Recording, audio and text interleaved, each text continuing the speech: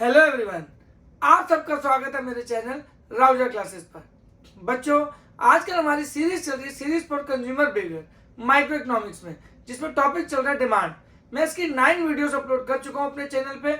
आज video number 10 है, जिसमें मैं मिसलेनियस टॉपिक ऑफ डिमांड को कवर करने जा रहा हूँ।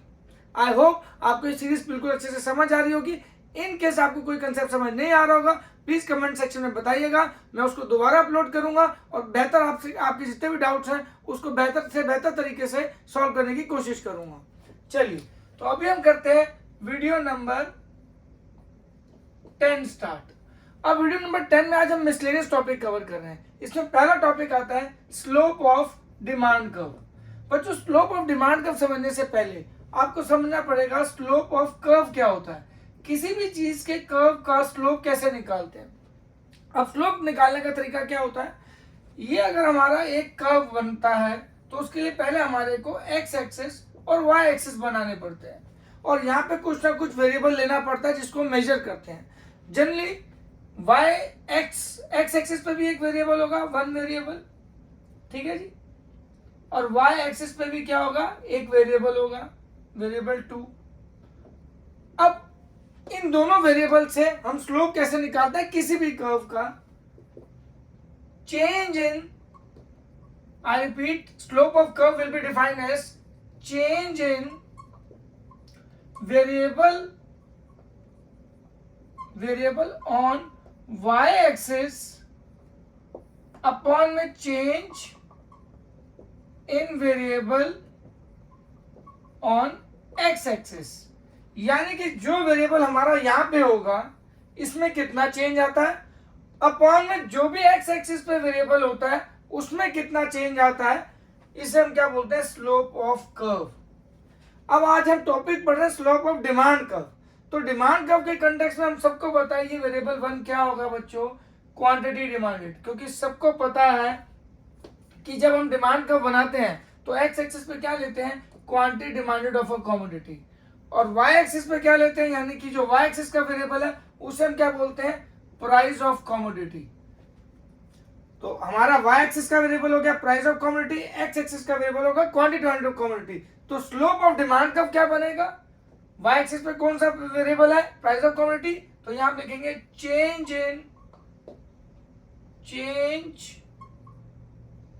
इन प्राइस ऑफ कमोडिटी अपॉन में change in quantity demanded of commodity. क्योंकि वाई एक्सिस पे हमारा प्राइस ऑफ कमोडिटी है, एक्स एक्सिस पे क्वांटिटी डिमांडेड ऑफ कमोडिटी है, तो इसका चेंज अपॉन इसका change will be slope of demand curve. जिसको हम क्या लिख सकते हैं, इसको हम शॉर्ट में लिख सकते हैं delta P upon delta Q. यहाँ पे this delta stand for change. बच्चों, इकोनॉमिक्स में जब भी चेंज को रिप्रेजेंट करना होता है तो डेल्टा को यूज करते हैं। और डेल्टा कैसे बनाते हैं, एक छोटा सा ट्राइंगल अगर आप बना दो तो इसे डेल्टा बोलते हैं, विच रिप्रेजेंट चेंज। तो delta P upon delta Q will be the slope of demand curve. अब इसके थोड़े कैरेक्टरिस्टिक्स पढ़ते हैं कि स्लोप ऑफ डिमांड कर्व हमें बताता क्या है और स्लोप ऑफ डिमांड कर्व के फीचर्स क्या है। पहली बात, स्लोप ऑफ डिमांड कर्व का पहला फीचर यह है कि हमेशा स्लोप ऑफ डिमांड कर्व जो निकलेगा वो नेगेटिव होगा। हमेशा slope of demand curve negative figure होगी। क्यों, क्योंकि हमें पता डिमांड कर्व के बीच में price of commodity and quantity demanded के बीच में रिलेशनशिप एक्सप्लेन है। और अगर प्राइस बढ़ेगा तो डिमांड फॉल होगी, प्राइस फॉल होगा तो डिमांड बढ़ेगी, यानी इनके बीच की जो रिलेशनशिप है वो इनवर्स है। और due to this inverse relationship, तो जब भी स्लोप ऑफ डिमांड कर्व आएगा तो वो नेगेटिव फिगर होगी। तो पहला पॉइंट क्या हो गया, slope of demand curve will always be a negative figure. अब आ जाओ दूसरा point regarding slope of demand curve. Slope of demand curve हमें क्या बताता है, व्हाट डज इट इंडिकेट, तो ये हमें बताएगा कि कर्व की जो डिमांड कर्व की शेप होगी, शेप ऑफ डिमांड कर्व कितनी फ्लैटर होगी और स्टीपर होगी।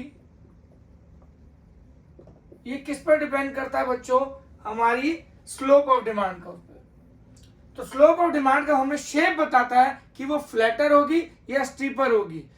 अच्छा, तो ये हमें कौन सा चेंज बताएगा, ये हमें एब्सोल्यूट चेंज बताएगा। याद रखना, क्योंकि ये हमें उसकी फ्लैटर और स्टीपर के बारे में बता रहा है, इसलिए it will always measure the absolute change in price of the commodity and quantity demanded. ये कभी भी रिलेटिव चेंज को नहीं डिपिक्ट करेगा, एब्सोल्यूट चेंज वो भी किस किस पे, price of the commodity and quantity demanded of commodity में जो एब्सोल्यूट चेंज होता है यानी एग्जैक्ट कितना चेंज आता है उसको मेजर करेगा, ना कि रिलेटिव यानी कि किसी कंपैरिजन के अकॉर्डिंगली चेंज। इसको मैं करके बताता हूं तो आपको ज्यादा अच्छा लगेगा प्रैक्टिकल एग्जांपल से। पर अभी के लिए दो बातें हमेशा दिमाग में रखनी है कि स्लोप ऑफ डिमांड का हमेशा नेगेटिव फिगर होगी क्योंकि inverse relationship between price and quantity demanded, और दूसरा स्लोप ऑफ डिमांड का हमें शेप ऑफ डिमांड कर्व के बारे में बताएगा कि कर्व फ्लैटर बनेगा या स्टीपर बनेगा। अब मैं इसको एक प्रैक्टिकल एग्जांपल से मेजर भी करके दिखाता हूं और एक्सप्लेन भी करता हूं। चलिए, तो यहाँ पे हम क्या करते हैं, एक प्रैक्टिकल न्यूमरल वैल्यूज के साथ एक कर्व ड्रॉ करते हैं जिसके थ्रू हम इसको इस कंसेप्ट को एक्सप्लेन करने की कोशिश करते हैं। चलिए, सबसे पहले यहाँ पे हम क्या ले लेते हैं, एक एग्जांपल ले लेते हैं न्यूमरल फिगर्स में। यहाँ प्राइस ऑफ कमोडिटी ले लिया, यहाँ क्वांटिटी डिमांडेड ऑफ कमोडिटी ले लिया। प्राइस ले लिया आपका 2, 4, 6, 8, 10 और क्वांटिटी डिमांडेड ऑफ कमोडिटी हमने क्या ले ली आपकी 5, 4, 3, 2, 1। यहाँ पे हम क्लियरली देख सकते हैं कि प्राइस हमारा बढ़ रहा है और quantity demanded of a commodity हमारी फॉल हो रही है। यानी कौन सा रिलेशनशिप प्रिवेल कर रहा है, इनवर्स रिलेशनशिप। अगर हम इस शेड्यूल को यूज करके कर्व बनाते हैं, शेप ऑफ डिमांड कर्व बनाते हैं, तो उससे स्लोप कैसे निकालेंगे अब हम वो देखते हैं। तो यहाँ पे बच्चों मैंने क्या किया, एक न्यूमरल वैल्यूज की एक फिगर्स ले ली, ठीक है जी। अब इसी को मैं क्या करूंगा, ग्राफिकली प्लॉट करके क्या निकालूंगा, स्लोप ऑफ डिमांड कर्व, ठीक है जी।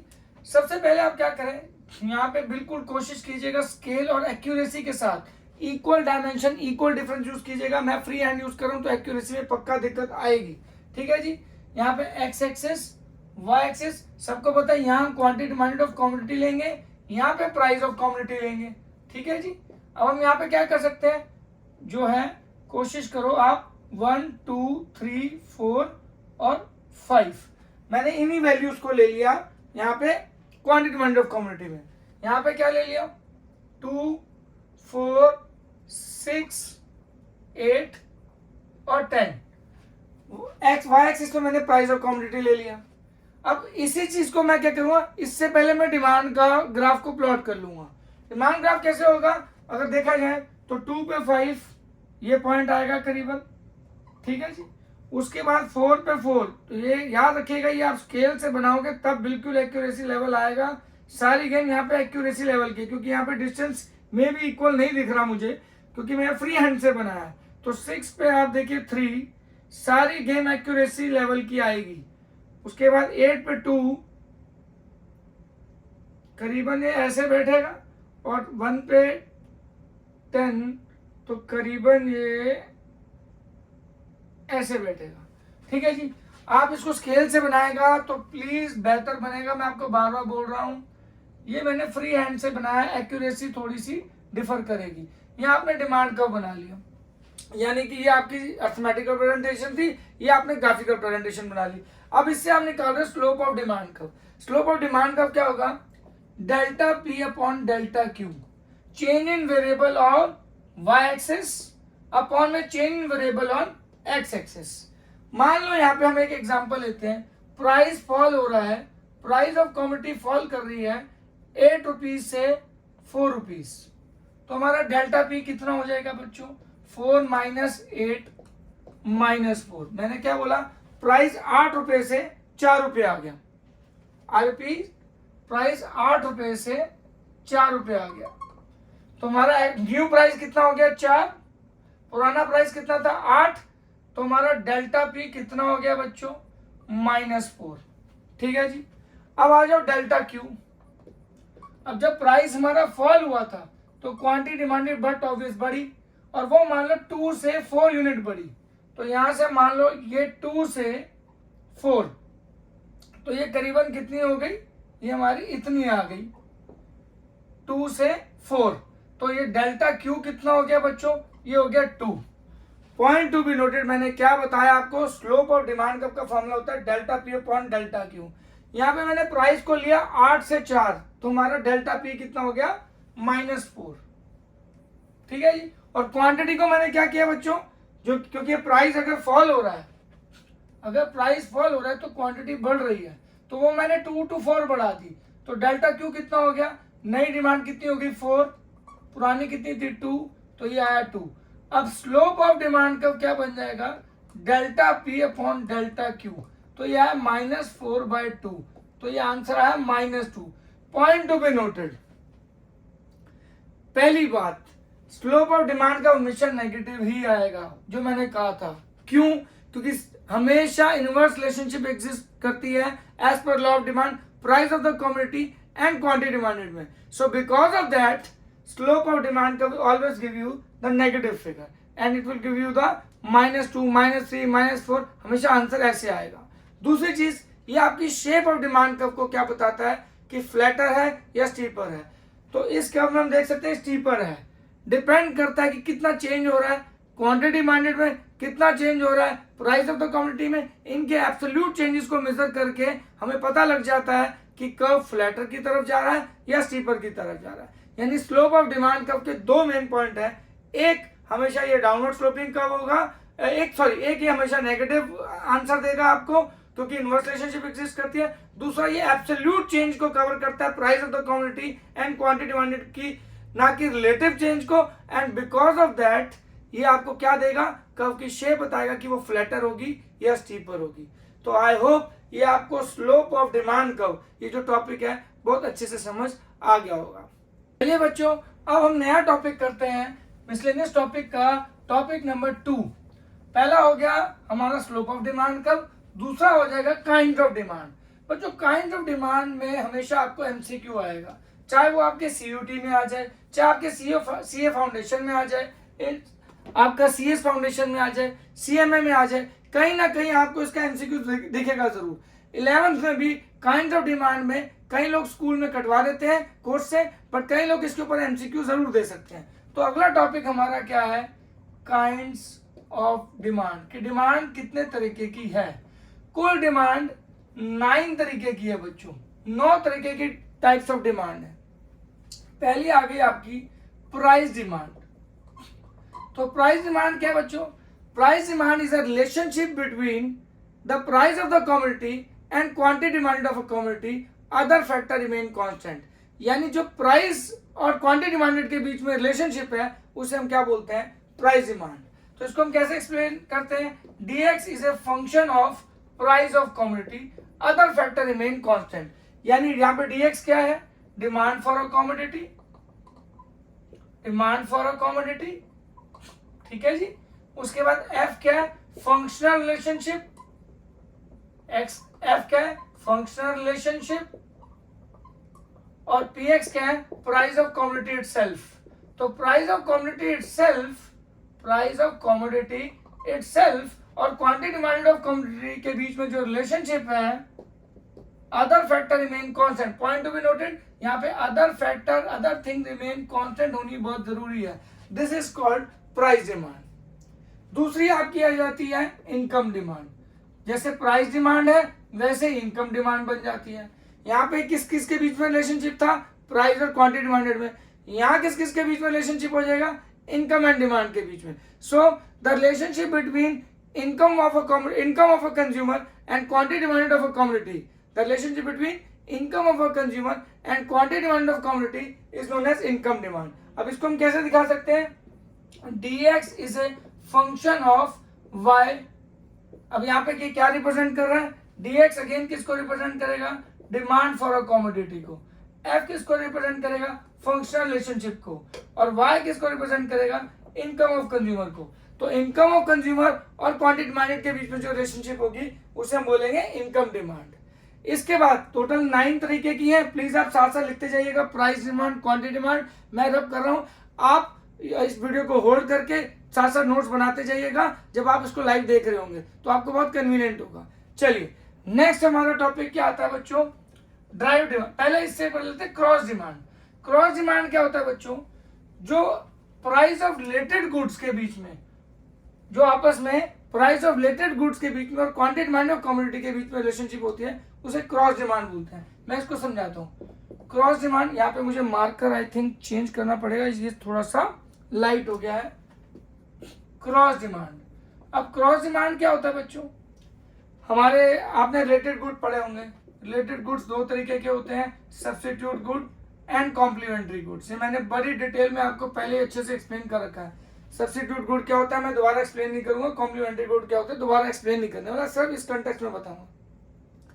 अब कॉफी के प्राइस चेंज होने से टी की डिमांड में क्या इंपैक्ट पड़ेगा, पेट्रोल के प्राइस चेंज होने से कार की डिमांड पे क्या इंपैक्ट पड़ेगा। यानी कि अगर यहाँ पे quantity demanded of good x ले रखी है, ठीक है, और प्राइस ऑफ गुड वाई ले रखा है, और ये y और x क्या है, x and y are related goods. अब रिलेटेड मींस क्या हो गया बच्चों, चाहे वो कॉम्प्लीमेंट्री गुड हो चाहे वो सब्स्टिट्यूट गुड हो, पर एक गुड के प्राइस चेंज होने से दूसरे गुड की डिमांड में जो फर्क पड़ेगा, एक गुड के प्राइस के चेंज होने से दूसरे गुड की डिमांड में जो फर्क पड़ेगा, that is called cross demand.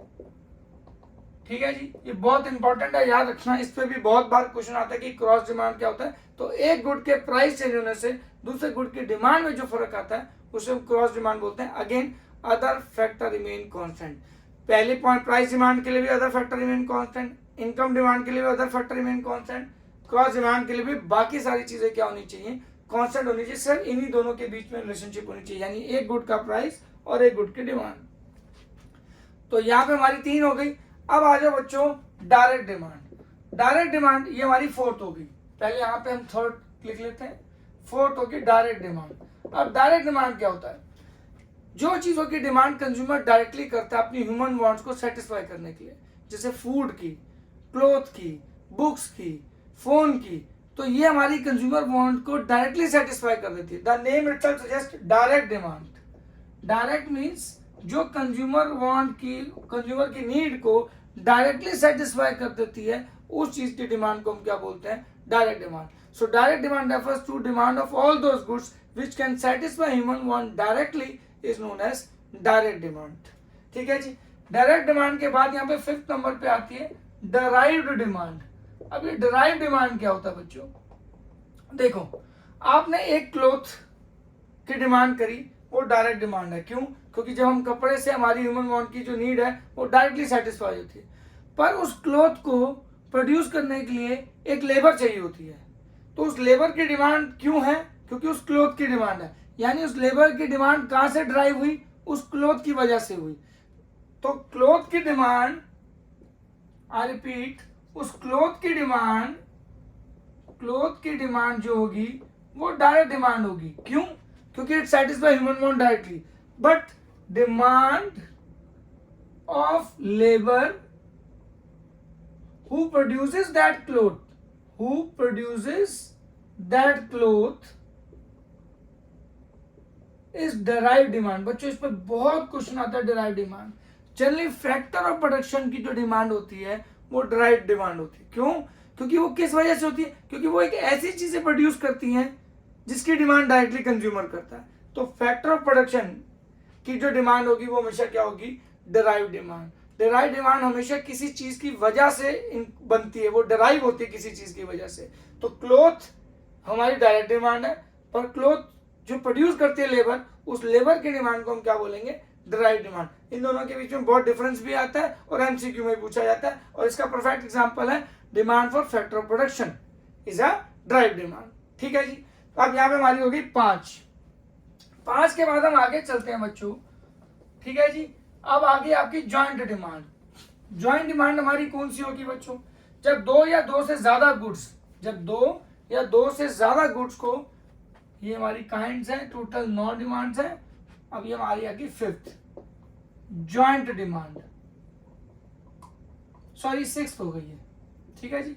अभी तक हमने कौन कौन सी कर ली थी, price demand, income demand, cross demand, direct demand,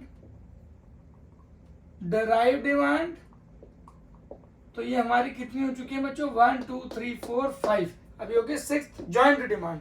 जब 2 या 2 से ज्यादा goods, when 2 or more than 2 goods are jointly demanded to satisfy a particular want, जैसे कि मिल्क, शुगर, टी लीव्स, इनको हम इकट्ठे डिमांड करते हैं फॉर मेकिंग टी। तो जब 2 या 2 से ज्यादा गुड्स को इकट्ठे डिमांड किए एक वांट को, एक नीड को सेटिस्फाई करने के लिए, तो उसे हम क्या बोलते हैं, जॉइंट डिमांड। ठीक है जी। जॉइंट डिमांड के बाद आती है आपकी कॉम्पोजिट डिमांड। अब कॉम्पोजिट डिमांड क्या होती है बच्चों? कुछ गुड्स होते हैं which can be put into several uses. For example milk can be put into several uses for making curd, sweet, cheese, custard, kheer, दूध पीने के लिए, चाय बनाने के लिए। तो मिल्क के बहुत सारे यूजेस हैं। तो जब किसी चीज के बहुत सारे यूजेस हो जाते हैं और उस चीज की डिमांड की जाती है डिफरेंट यूजेस के लिए, तो उसे हम क्या बोलते हैं? Composite demand. I repeat, composite demand. तो यानी कि a good which has several uses, which is demanded because of its several uses. Several मतलब बहुत सारे uses, several uses. A good which is demanded because it has several uses, like electricity. ये AC चलाने के लिए भी काम आती है, गीजर चलाने के लिए भी काम आती है, टीवी चलाने के लिए काम आती है, वॉशिंग मशीन चलाने के लिए काम आती है, घर में जितने भी इलेक्ट्रिक अप्लायंसेस सब कुछ चलाने के लिए काम आती है। तो इलेक्ट्रिसिटी की डिमांड को हम क्या बोलेंगे? Composite demand. ठीक है जी। अब आ जाओ आपकी 8th, ऑल्टरनेट डिमांड। अभी ऑल्टरनेट डिमांड क्या है बच्चों? जिस चीज की डिमांड ऑल्टरनेट गुड से सेटिस्फाई हो जाए। जैसे एक एग्जांपल लेते हैं, एक आदमी को भूख लग रही है, ठीक है, अब उसको रोटी खानी है। अगर वो रोटी नहीं खाता तो वो पिज्जा भी खा सकता है, पिज्जा नहीं खाएगा तो बर्गर खा लेगा, बर्गर नहीं खाएगा तो फ्रेंच फ्राइज खा लेगा, फ्रेंच फ्राइज नहीं खाएगा तो ऑमलेट खा लेगा। यानी उसके पास बड़े सारे ऑल्टरनेट वेज हैं अपनी उस पर्टिकुलर डिमांड को पूरा करने के लिए।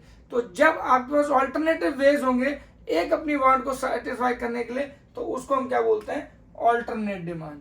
आई रिपीट, ऑल्टरनेट डिमांड क्या होती है? जब किसी चीज की डिमांड ऑल्टरनेटिव वेज से सेटिस्फाई की जा सकती है तो उसे हम क्या बोलते हैं? Alternative demand. और लास्ट इसकी 9th आती है बच्चों, कॉम्पिटिटिव डिमांड। Competitive demand. अब कॉम्पिटिटिव डिमांड क्या होती है? इसका एक अच्छा एग्जांपल भी दूंगा अभी आपको। सब्स्टिट्यूट गुड केस में क्या होता है बच्चों? जब एक गुड की डिमांड बढ़ती है, जैसे टी की डिमांड बढ़ेगी, तो बाय डिफॉल्ट कॉफी की डिमांड क्या हो जाती है? कम हो जाती है। क्यों? अब टी जो लोग पी रहे हैं और टी की डिमांड किसी कारण बढ़ गई है, तो जो लोग कॉफी पीते थे अगर वो भी टी लेना शुरू कर देंगे तो अब बाय डिफॉल्ट टी की डिमांड के राइज से कॉफी की डिमांड क्या होगी? फॉल होगी। तो यहाँ पे टी एंड कॉफी एक दूसरे के लिए क्या कर रहे हैं? कंपटीशन क्रिएट कर रहे हैं। तो जो दो गुड्स कंपटीशन क्रिएट करके एक की डिमांड बढ़ने से दूसरे की कम हो जाए तो दोनों गुड्स की डिमांड अल्टरनेटिवली क्या कहलाएगी? Competitive demand. चलिए सब्स्टिट्यूट गुड्स के केस में आपको दिखेगी। और जो मैंने जॉइंट डिमांड कराई थी वो कॉम्प्लीमेंट्री के केस में आपको नजर आएगी। ये मैंने अपने डिफरेंस बिटवीन में भी बताया था। आपको याद होगा कॉम्प्लीमेंट्री गुड्स क्या होते हैं? Petrol and car. अब ये दोनों इकट्ठा यूज करके आप अपनी नीड को सेटिस्फाई करते हो, तो ये जॉइंट डिमांड होगी। तो कॉम्प्लीमेंट्री गुड्स है joint demand, where substitute goods है कॉम्पिटिटिव डिमांड, क्योंकि ये आपस में क्या करते हैं? एक दूसरे को कंपीट करते हैं। आई होप ये दोनों topics, slope of demand curve and kinds of demand, दोनों आपको बेहतरीन तरीके से समझ आया होगा। इसी तरीके से मेरे चैनल में बने रहिएगा। आगे और बहुत सारी वीडियोस अपलोड होने वाली हैं। इलास्टिसिटी ऑफ डिमांड में नया लाने वाला हूं, जिसकी बहुत अच्छी सीरीज है विद न्यूमेरिकल्स। कोशिश करूंगा आपको बताऊं ताकि आपको कोई प्रॉब्लम ना आए। बने रहिएगा मेरे चैनल पे इस तरह। Thank you so much, take care, God bless you all.